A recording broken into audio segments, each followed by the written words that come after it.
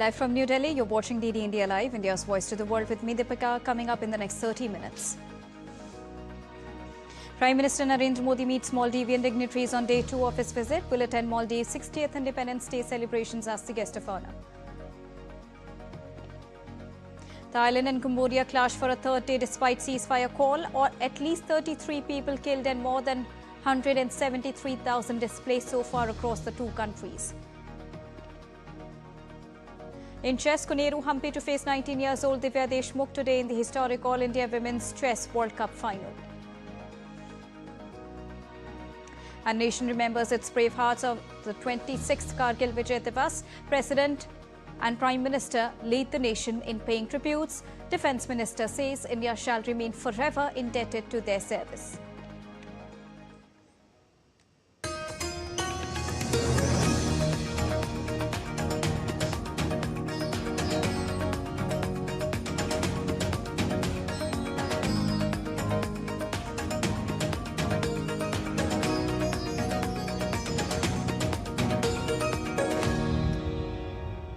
Good afternoon to all the viewers joining us at this afternoon broadcast. To begin with the latest, Prime Minister Narendra Modi is currently visiting Maldives, where his day 2 began meeting with various high-level dignitaries.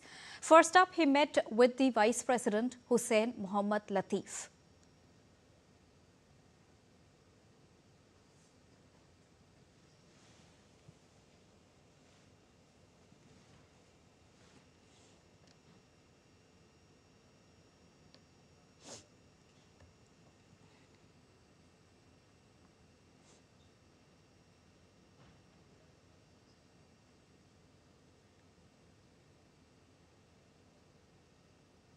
Prime Minister Narendra Modi also met with the Speaker of the Maldivian Parliament, Abdul Rahim Abdullah.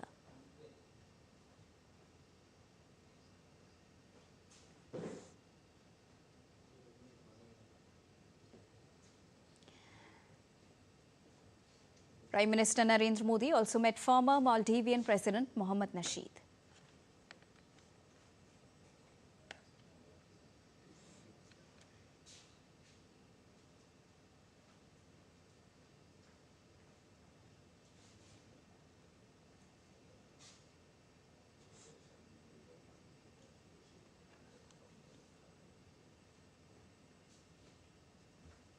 And later in the day, Prime Minister Narendra Modi will interact with the Indian diaspora.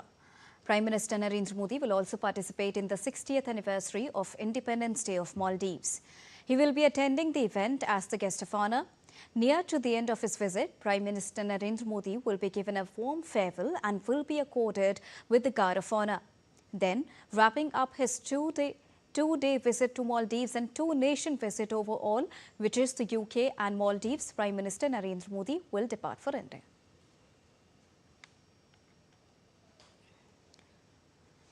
Now, concluding his UK and Maldives visit, Prime Minister Narendra Modi will directly land in India's southern state of Tamil Nadu, where he will lay the foundation stone, inaugurate and dedicate to the nation various developmental projects worth over 4,800 crore rupees at a public event in Tuticorin, Tamil Nadu on the 26th of July.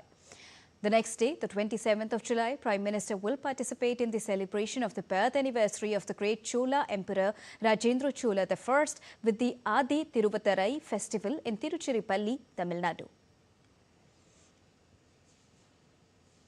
Well, in a testament to India's growing global stature, Prime Minister Narendra Modi remains the most trusted leader in the world as per the latest global leader approval rating by Morning Consult conducted between 4 and the 10th of July this year.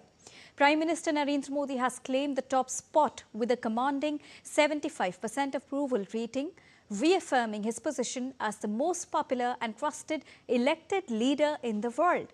The global survey that tracks the approval ratings of major world leaders places Narendra Modi far ahead of his counterparts, including US President Donald Trump, who holds a 44% approval rating.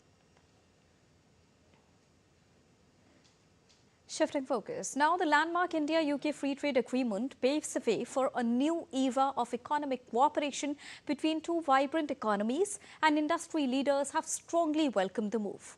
Wool and Woolens Export Promotion Council is among them. with its chairman saying that it will significantly benefit the woolen industry by streamlining trade, reducing the costs and opening new market opportunities.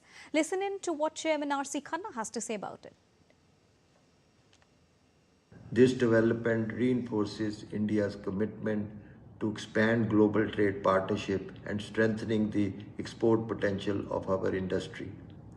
And it also offers zero duty access to the UK for a wide range of Indian woolen products. It will unlock significant opportunities of MSMEs and traditional woolen clusters in the regions like Ludhiana, Amritsar, Panipat and Kashmir, helping them expand their reach to high-value international buyers. The FTA will also promote collaboration in innovation, design and sustainability, strengthening India's image as a reliable and quality-focused export partner. Moving on, the Indian medical team currently visiting Bangladesh continued their mission to provide medical support to Bangladesh for treatment of critically injured patients in the aftermath of the plane crash that took place on the 21st of July at Milestone School and College in Dhaka. On Friday, the team held the second round of consultations with doctors at the National Institute of Burn and Plastic Surgery in Dhaka, visited some of the patients and observed their prognosis. Now, the team further deliberated management protocols with the doctors at the institute and provided critical inputs for treatment methodology.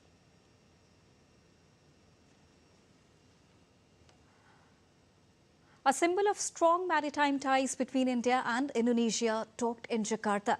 The Indian Navy's INS Tanthayak is on a four-nation visit as part of its Southeast Asia outreach. TD India's Chandani Vasandani gets us this report from Jakarta. Take a look. Docked behind me is INS Tanthayak, one of India's newest hydrographical survey ships.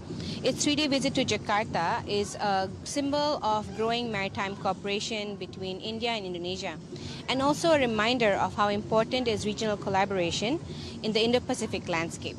This state-of-the-art hydrographic survey vessel under India's Eastern Naval Command was in Jakarta for a goodwill visit. Commissioned in February 2024, Tanthayak is the first of its class, built with over 85% indigenous content and a flagship of India's Atmanirbhar Bharat initiative. Primarily, this is a hydrographic ship, and the hydrography talks about the charting of oceans and seas. Since we both are maritime nations and a very large ocean around us, so this visit was primarily to deepen our existing hydrographic cooperation between these countries. INS Tanthayak is equipped with autonomous underwater vehicles, sonar systems and survey motorboats, allowing it to map the seabed, analyze pollution and assess marine resources. A key moment of the visit was a meeting between India's naval delegation and Indonesia's Hydro-Oceanographic Center. Indonesia and India, as far as the hydrography is concerned, are both the leading hydrographic organizations in the world. We are mutually learning from each other. The International Hydrographic Organization has come up with a new framework, which is S100 framework, which they are going to deliver the products. The deadline is 2030. They are also conducting workshop. We are also conducting workshop. We wanted to understand the way they are progressing, so that we can, combinedly, we'll be able to deliver these products on time for the mariners. Before Jakarta, the ship was previously in Malaysia and will continue its journey to the Philippines and Singapore. This four-nation visit is part of India's larger outreach to Southeast Asia. Besides showcasing its hydrographic capability, this also gives India the chance to understand what the region offers and how to work together more closely. INS Tanthayak's visit to Jakarta shows how maritime diplomacy is shaping the future of the region. The relationship between India and Indonesia is not just geography or water. It is a deeper collaboration, growing trust, and shared interest. This is Chani Vasandani reporting from Jakarta. Now, Thailand and Cambodia have been embroiled in a deadly border conflict for the third consecutive day, resulting in a death toll of 33 and prompting calls for an immediate ceasefire. At least 13 Cambodian people have been killed in the clashes, while in Thailand, a total of 20 people have lost their lives. Thai Foreign Minister said on Saturday that for any ceasefire or talks to proceed, Cambodia needed to show genuine sincerity in ending the conflict. Both the sides have blamed the other for firing first, while Thailand accused Cambodia of targeting civilian infrastructure. Cambodia has accused Thai forces of using cluster munitions. Former Thai Prime Minister Thaksin Shinawatra also visited the shelters on Saturday to meet evacuees as the fighting has forced more than 138,000 people to be evacuated from Thailand's border region. European Union Chief Ursula von der Leyen and US President Donald Trump are all set to meet in Scotland this weekend in a decisive push to resolve a months-long transatlantic trade standoff. The high-level meeting follows months of negotiations between top European Union and US trade officials and days of signals suggesting the sides were moving towards an agreement. Trump has vowed to hit dozens of countries with punitive tariff hikes if they do not hammer out a pact with Washington by the 1st of August. The European Union, which is facing an across-the-board levy for 30%, has been pushing hard for a deal with Trump's administration, while also planning retaliation should talks fall short. Trump's administration has so far unveiled just 5 agreements, including with Britain, Japan and the Philippines. Yes, I'll be meeting with the EU on Sunday. We'll be working on a deal. We'll see if we make a deal. Ursula will be here, highly respected woman. So we look forward to that. That'll be good. I don't know, with the European Union, I think we have a good 50-50 chance. That's a lot.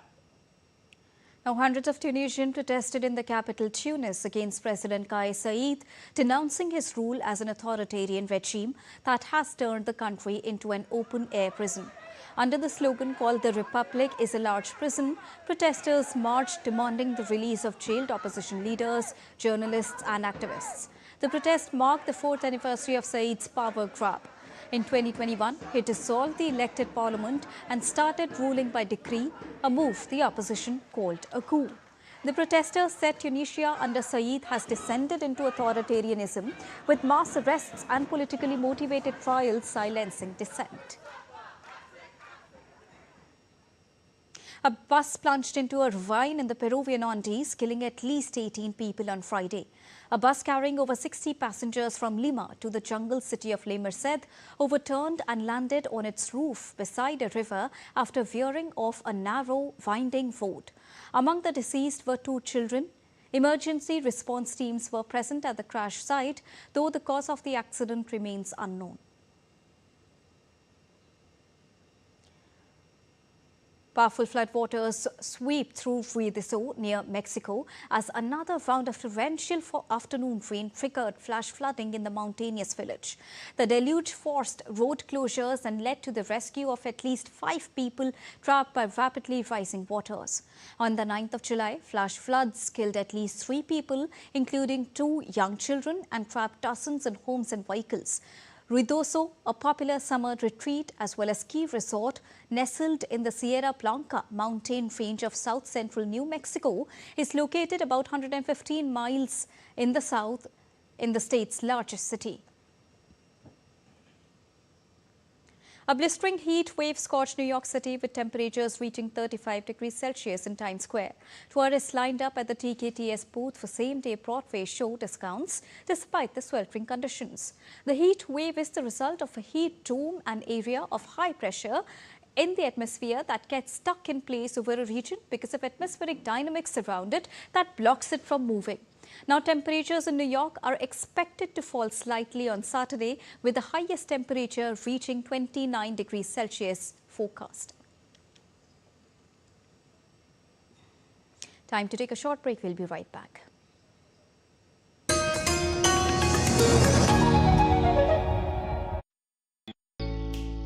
Jharkhand will mesmerize you with majestic nature, rich heritage and colorful culture. Johar. It fits perfectly. Thank you. Full workout हो गया. Ready?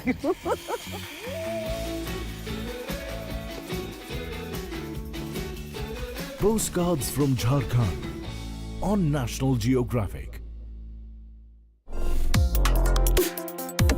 Complex issues, hidden agenda.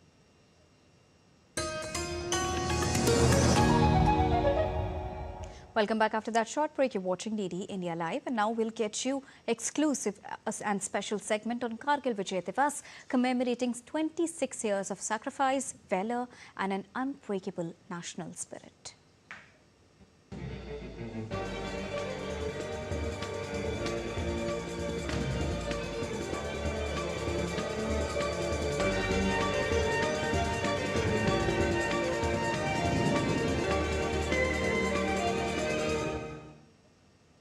Well, Kargil Vijay Divas, the day that shines like a beacon of pride in India's history. On the 26th of July in the year 1999, the Indian Army announced the successful culmination of Operation Vijay, declaring victory after a nearly 3 months-long battle on the icy heights of Kargil in Ladakh. The courage, sacrifice and unwavering resolve of the valiant warriors continue to inspire the nation united in gratitude. And today, 26 years after the Kargil War, India is rising as a new global powerhouse. The blood of our brave hearts fuels our spirit, move forward, never stop, and conquer every mountain with strength and courage.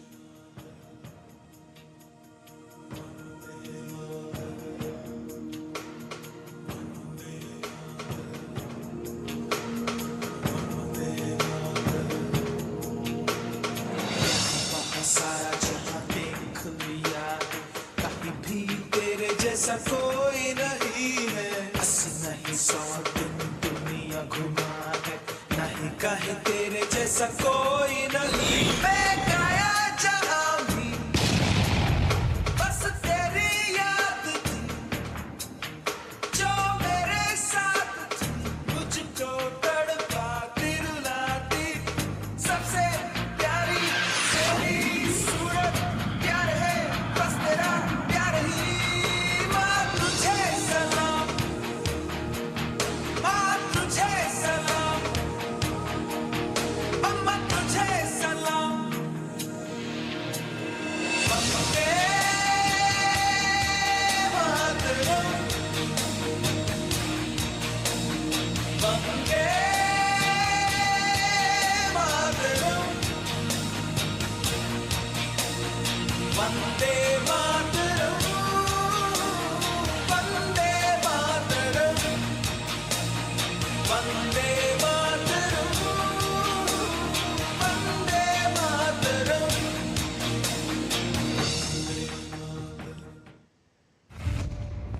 President Draupadi Murmu led the nation in paying tribute to the Kargil heroes. On social media platform, she wrote, and I quote her, "On the occasion of Kargil Vijay Divas, I pay my heartfelt tribute to the brave soldiers who sacrificed their lives for the motherland.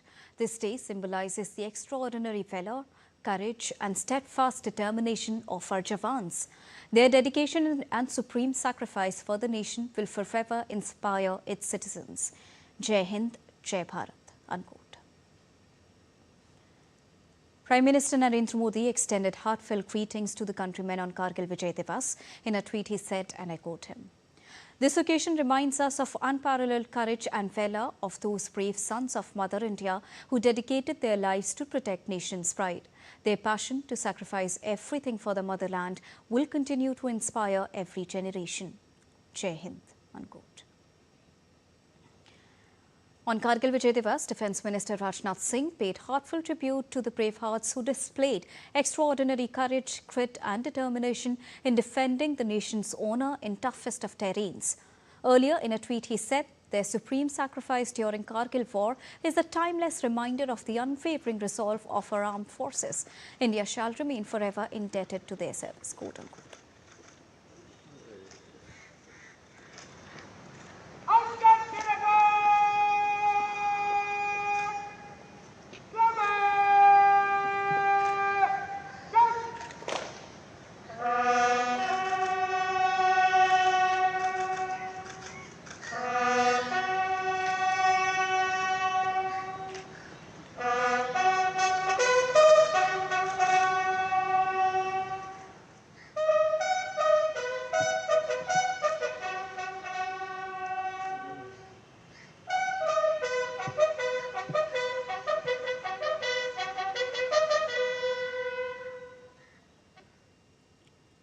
Earlier, 3 service chiefs also laid wreath at the National War Memorial. Chief of Defence Staff General Anil Chauhan, Chief of Army Staff General Upendra Dwivedi, Chief of Air Staff Air Chief Marshal A.P. Singh and Chief of Naval Staff Admiral Dinesh K. Tripathi paid tributes, remembering the brave hearts for their supreme sacrifice for the nation.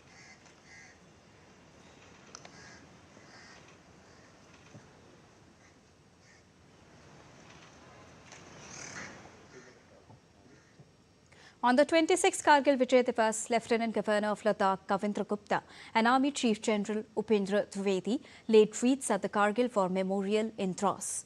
The solemn ceremony also saw Minister of State for Defence Sanjay Seth and Union Minister for Sports and Youth Affairs Mansukh Mandavia also pay tributes to the martyrs of the Kargil War fought with Pakistan in May, June and July in the year 1999. Now, to mark the day, the Chief of Army Staff also launched E-Shraddhanjali portal and Indus Viewpoint via a video conferencing. Addressing the gathering, General Upendra Dwivedi hailed the Indian Army's continued legacy of courage, citing recent success during Operation Sindoor. 1999 में भारतीय सेना ने operation विजय के अंतर्गत कारगिल की ऊंचाइयों पर एक अद्वितीय विजय प्राप्त की थी। उस युद्ध में भारतीय सेना ने ऊंची पहाड़ियों पर बैठे पाकिस्तान सैनिकों और घुसपैठियों को खदेड़कर हमारी सीमा से बाहर कर दिया था। इसी परंपरा को आगे बढ़ाते हुए ऑपरेशन सिंदूर के दौरान भी भारतीय सेना ने उसी अदम्य साहस और दृढ़ संकल्प के साथ पाकिस्तान समर्थित टेररिस्ट इंफ्रास्ट्रक्चर को निशाना बनाया और पाकिस्तान की अन्य आक्रामक कार्रवाइयों को प्रभावशाली ढंग से विफल करते हुए एक निर्णायक जीत हासिल की। भारतीय सेना ने 6 और 7 मई की रात को पाकिस्तान और पाकिस्तान ऑक्यूपाइड जम्मू एंड कश्मीर में 9 हाई वैल्यू आतंकवादी ठिकानों को निशाना बनाया, बिना किसी मासूम नागरिक को हानि पहुंचाए हुए। And now let's get you all the latest from the world of sports, to begin with chess first. Well, groundbreaking moment awaits for India in a super all-India showdown where Humpy will square off with Divya Deshmukh at the ongoing Women's Chess World Cup final. In their road to finals, Humpy defeated Lee Ting-che in FIDE Women's World Cup semi-finals, whereas Divya Deshmukh clinched victory against Tan Song-chi to make it to the final round against each other. And before wrapping up this edition of DD India Live, now let's get you the details of Prime Minister Narendra Modi, who is currently in Maldives, where he met Vice President of the island nation, Hussain Mohamed Latheef. Both the leaders had a discussion touched upon key pillars of the India-Maldives friendship. They pledged to continue to work closely in sectors like infrastructure, technology, climate change, energy and more. Well, this is greatly beneficial to the people of both the countries. They are also looking forward to deepening this partnership in years to come.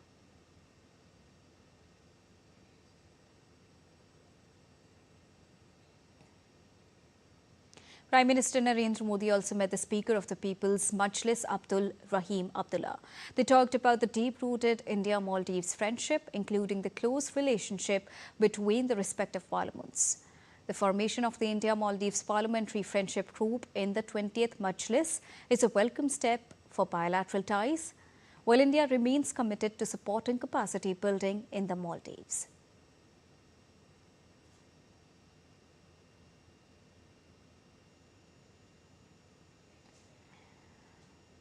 Prime Minister Narendra Modi also had a discussion with former President of Maldives, Mohamed Nasheed. Sharing the details on X, Prime Minister said that Mohamed Nasheed has always been a strong advocate of deeper India-Maldives friendship. The leader spoke about how the Maldives will always be valued for neighbourhood first policy and Mahasagar vision, while India will keep supporting Maldives through capacity building and developmental cooperation.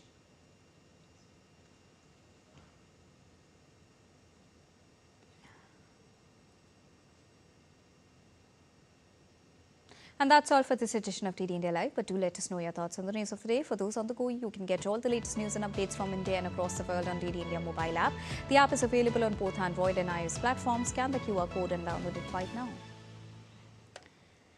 We'll be back with more news as it breaks here on DD India. I'm Deepika, and from all of us here in New Delhi, thank you so much for watching DD India Live. Namaskar.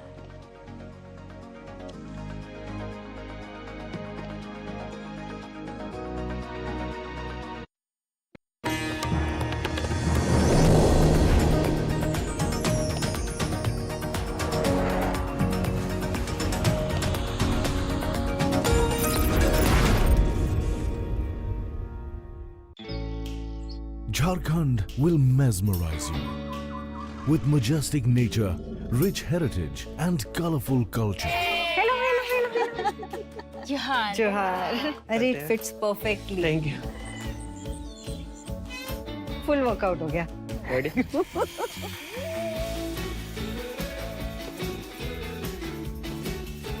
Postcards from Jharkhand on National Geographic.